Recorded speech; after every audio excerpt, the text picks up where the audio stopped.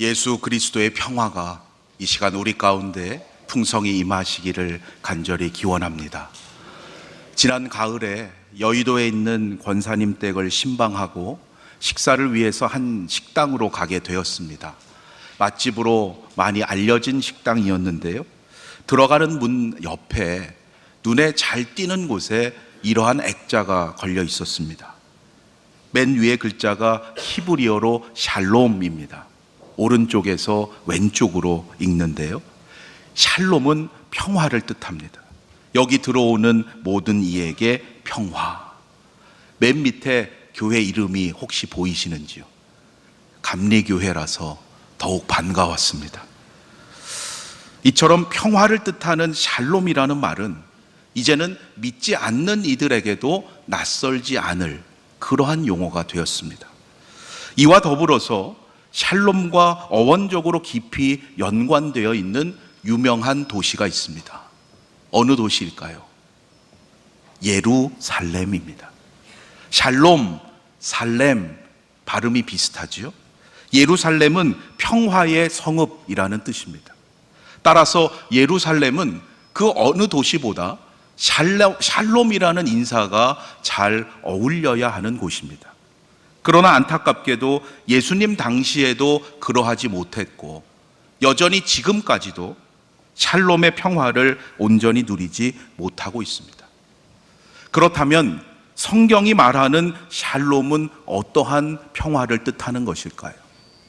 오늘 우리에게 임하기를 간구하는 예수 그리스도의 샬롬은 어떠한 평화를 뜻하는 것인가 묻게 됩니다. 어떤 이는 아무 걱정 없는 태평함을 평화라고 생각합니다. 싸울 대적이 없는 상태, 누구도 반란을 일으키지 않는 상태를 평화라고 생각하기도 합니다. 우리는 지난 주일부터 예수님의 마지막 한 주간의 여정을 함께 하고 있습니다. 지난 시간에는 예수님께서 아직 예루살렘에 들어가시기 전이었습니다. 이미 여러 차례 방문한 적이 있었던 베다니에 예수님은 또다시 들르셨습니다. 그리고 이어서 이튿날 마침내 예루살렘에 들어가셔서 이제 십자가의 여정을 본격적으로 시작하십니다. 우리가 가지고 있는 4개의 복음서에 보면 예수님은 이 땅에서 보내시는 마지막 유월절을 앞두고 그 전날 중요한 2가지 일을 행하셨습니다. 하나는 12 제자들과의 마지막 만찬의 식사였습니다. 또 한 가지는 그 식사의 자리에서 제자들의 발을 씻겨 주신 일입니다. 우리는 이것을 가리켜서 성만찬 그리고 세족식이라고 부릅니다. 성만찬은 주님의 명령에 따라서 교회가 행하는 2가지 성례 가운데 하나가 되어서 지금도 기독교 전통에 따라 모든 교회가 행하고 있습니다. 그러나 세족식은 그렇지 않습니다. 흥미로운 것은 마태, 마가, 누가복음, 즉 공관복음에는 성만찬이 공통적으로 기록되어 있는 반면에 세족식은 오직 요한복음에만 기록되어 있습니다. 공관복음과 요한복음을 구분하는 특징적인 내용 중에 하나가 바로 세족식이 되는 겁니다. 그렇다면 요한복음만이 전하는 세족식의 의미는 무엇인가? 오늘은 예수님께서 가신 회복과 구원의 여정 가운데 영적인 복음서라고 불리는 이 요한복음만이 전하는 세족식의 진정한 의미를 여러분과 함께 깨달아 보고자 합니다. 먼저 예수님께서 행하신 세족식이 어디에서 있었는지 여러분 정확히 알고 계십니까? 물론 유월절을 앞두고 제자들과 함께한 마지막 식사의 자리였습니다. 그 식사의 자리가 어느 장소에서 있었느냐 묻는 겁니다. 오늘 요한복음의 본문에는 나오지 않습니다. 1절과 3절에 보면 그 시기와 시간에 대한 언급만 나옵니다. 유월절 전이었고 저녁 먹는 중이었습니다.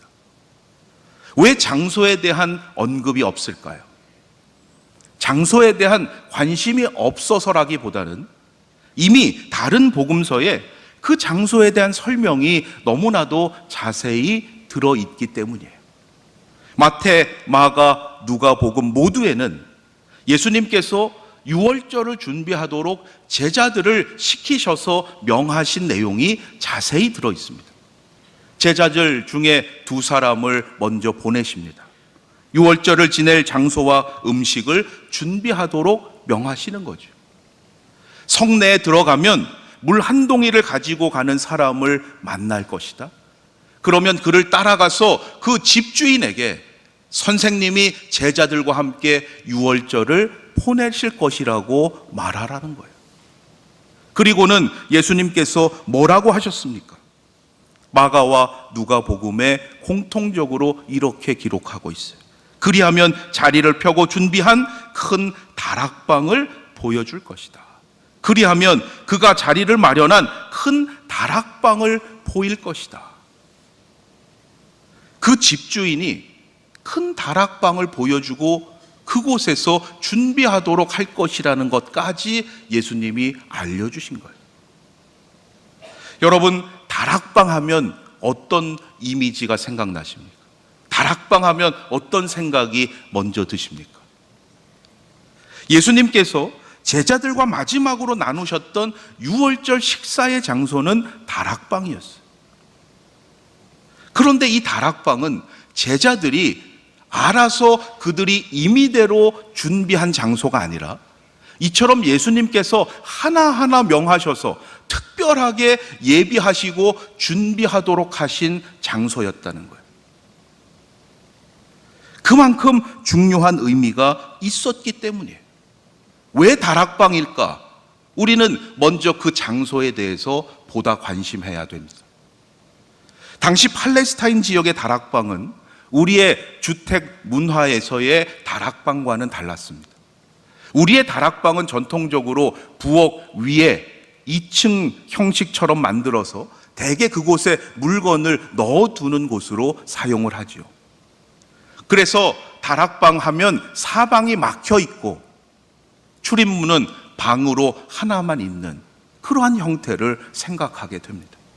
그러나 지금 성경의 우리말로 다락방이라고 번역된 이 말은 헬라어로 아나가이온이라는 말인데요.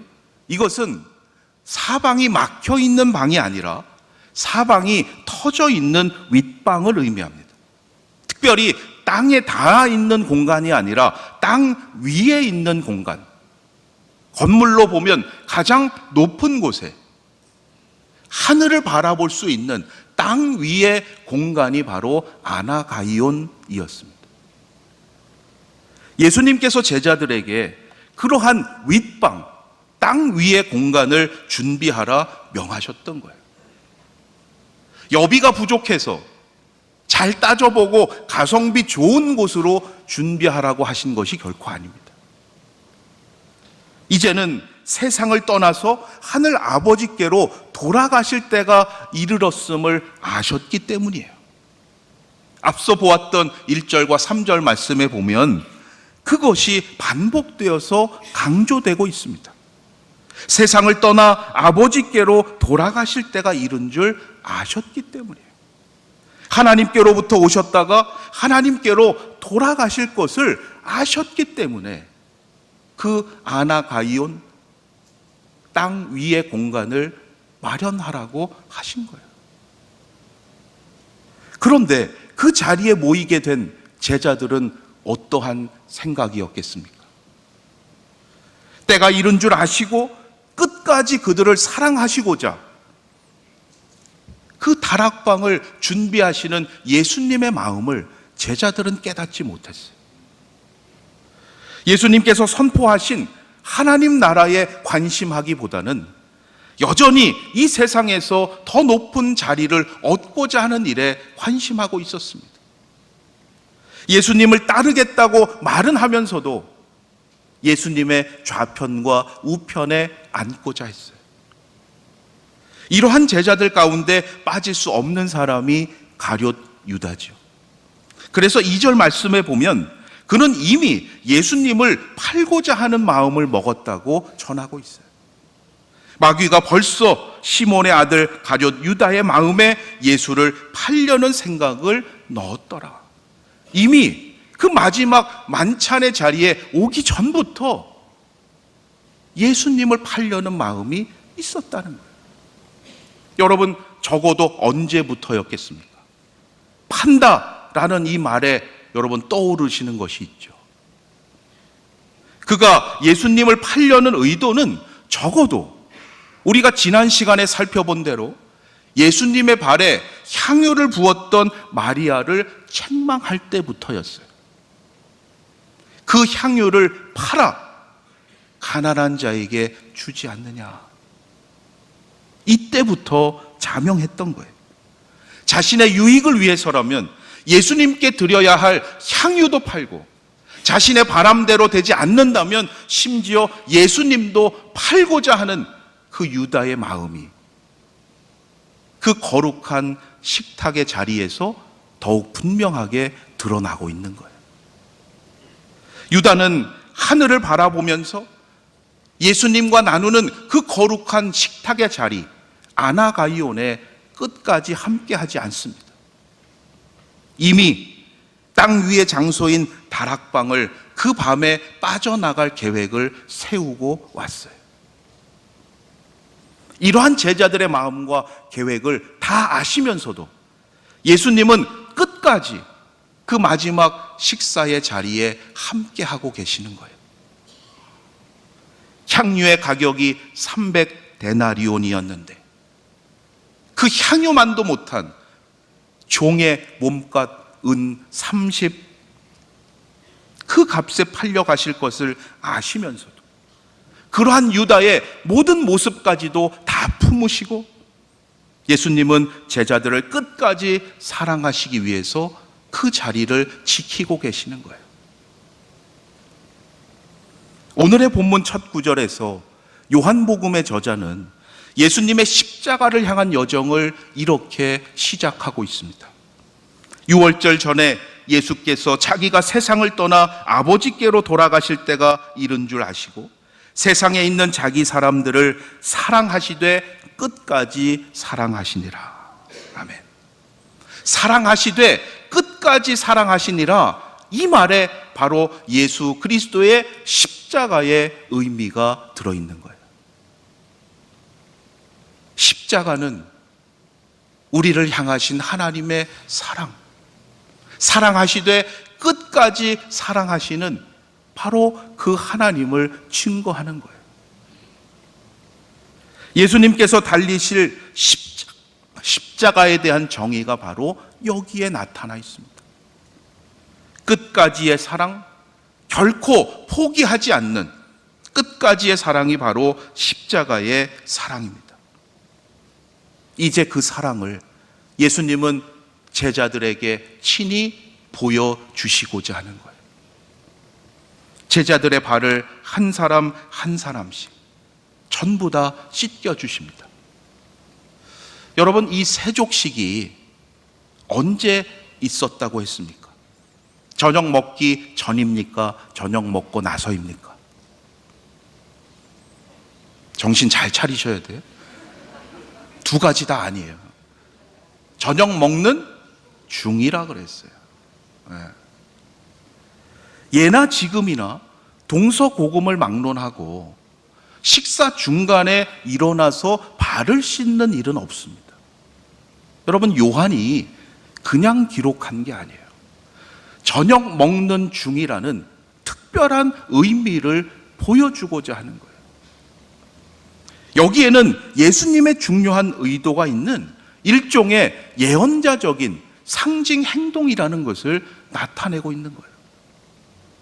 예수님의 세족식은 이제 아버지께로 돌아갈 때가 된 줄 아시고 예수님이 친히 온몸으로 제자들에게, 또한 새로운 시대에 부름받을 우리를 포함한 모든 제자들에게 주시는 하나님의 메시지예요. 밖에서 들어올 때 종들이 하던 일을 예수님이 하십니다. 그런데 4절 말씀에 보면 요한은 세족식을 준비하시는 예수님의 행동도 자세히 기록합니다. 특별해 보일 게 없어요. 저녁 잡수시던 자리에서 일어나 겉옷을 벗고 수건을 가져다가 허리에 두르시고, 그저 넘어갈 수 있는 모습이지만 요한은 여기에서 겉옷을 벗으시는 예수님의 모습을 우리에게 강조해요. 벗다라는 이 원어적인 의미는 내려놓다, 포기하다, 버리다라는 뜻이에요. 이 동일한 단어가 10장에 주로 등장하는데요, 10장의 말씀의 내용이 뭐냐? 예수님께서 양들을 살리기 위해서 내가 스스로 나를 버리노라 하시는 말씀입니다. 저자 요한은 그 거룩한 마지막 식탁의 자리에서 종의 모습이 되어 겉옷을 내려놓으시는 그 모습을 통해서 장차 자기 양들을 위해서 자신의 생명까지도 버리실 예수님의 그 십자가 사랑, 끝까지의 사랑을 예표하고자 했던 겁니다. 예수님은 겉옷을 버리시고 12 제자들의 발을 한 사람씩 다 씻겨주십니다. 그 모습에 제자들이 얼마나 놀라고 충격을 받았겠어요. 다른 제자들은 묻지조차 못해요. 그러나 베드로의 차례가 되었을 때 그는 예수님께 묻습니다. 주여, 주께서 내 발을 씻으시나이까? 왜 이러한 행동을 하는지 이해하지 못하는 거죠. 세족식의 의미는 십자가 사건 이전에는 온전히 깨달을 수 없었기 때문이에요. 예수님의 세족식은 단순히 겸손한 섬김만을 의미하는 것이 아니었기 때문이에요. 여러분, 세족식은 그저 겸손한 섬김만을 의미하는 게 아닙니다. 그 의미를 깨달을 수 없었던 베드로는 더 이상 이토록 무례한 일을 예수님께서 계속 하시도록 내버려 둘 수가 없어서 완강하게 버팁니다. 8절 말씀을 통해서 베드로의 결의에 찬 음성, 그리고 예수님의 애정 어린 음성을 들을 수 있어요. 베드로가 이르되 내 발을 절대로 씻지 못하시리이다. 예수께서 대답하시되 내가 너를 씻어주지 아니하면 내가 나와 상관이 없느니라. 여기서 상관이 없다라는 말은 너와 함께 할 분깃이 없다라는 뜻이에요. 마치 아버지가 아들에게 남겨주는 상속이 없게 된다라는 그러한 의미예요. 이는 아버지께 죄 씻음을 받지 아니하는 자는 십자가의 사랑을 통한 하늘의 상속자가 될 수 없다는 것을 선언하시는 말씀. 여러분, 예수님께 나와서 어떠한 기도를 해야 될까요? 어떠한 마음으로 이 예배의 자리에 나와야겠습니까? 우리는 예수님께 우리의 가장 추하고 더러운 그 모든 것을 감추지 말아야 돼요. 가장 은밀한 것까지도 주님께 맡겨드리고 씻음을 받을 때 우리는 비로소 하늘의 상속자가 될 수 있음을 잊지 말아야 합니다. 상속의 몫을 받지 못하게 된다고 하니까 베드로는 그 자리에서 이내 자신의 말을 바꿉니다. 주여, 내 발뿐 아니라 손과 머리도 씻어주옵소서. 여러분, 베드로의 이 모습을 한번 떠올려 보세요. 베드로의 이 모습을 통해서 오늘 우리의 이기적인 모습이 떠오르지 않으십니까?